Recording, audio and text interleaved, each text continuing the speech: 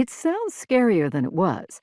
I admit that it would have been trauma-inducing for most people, but most people hadn't grown up with an ambulatory skeleton for a best friend. Sid had come to live with, or at least to stay with, my family when I was a child, so I was blasé about Sid walking, talking, and assembling himself at will. Mailing himself to me, however, was new. "Sid, what are you doing here?" "I came to keep you company." "Sid, don't I get a hug?" He gave me puppy dog eyes, an impossible feat for a bare skull that he was really good at, so of course I hugged him. Hugging a skeleton is kind of like hugging a coat rack, only a coat rack doesn't hug back. I helped him step out of the box. "Do Mom and Phil know you're here?"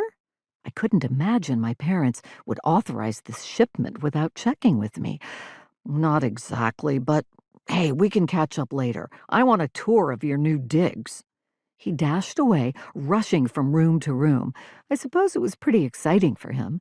Sid only rarely left my family's home, for obvious reasons, and his opportunities to explore other houses had been limited. So he oohed and awed over everything as we roamed through the eat-in kitchen and the living room. The bungalow had been intended as a summer cottage, and the decorations were determinedly rustic. Exposed wooden beams, braided rag rugs, and vaguely Native American patterns on the upholstery. "Is there an attic?" he asked. "There is, but it's packed full of the owner's things." "That's all right. I can bunk in the living room or the kitchen. I don't need a bed, right?" "There's a spare bedroom, but—" "Perfect." He trooped down the hallway, opening doors as he went. "Just one bathroom? Well, it's not like I ever use it. I can tell this is your room. I recognize your mess. Maybe I can clean while you're at work. And this is my room. Kind of small. Sid?" He held up one hand.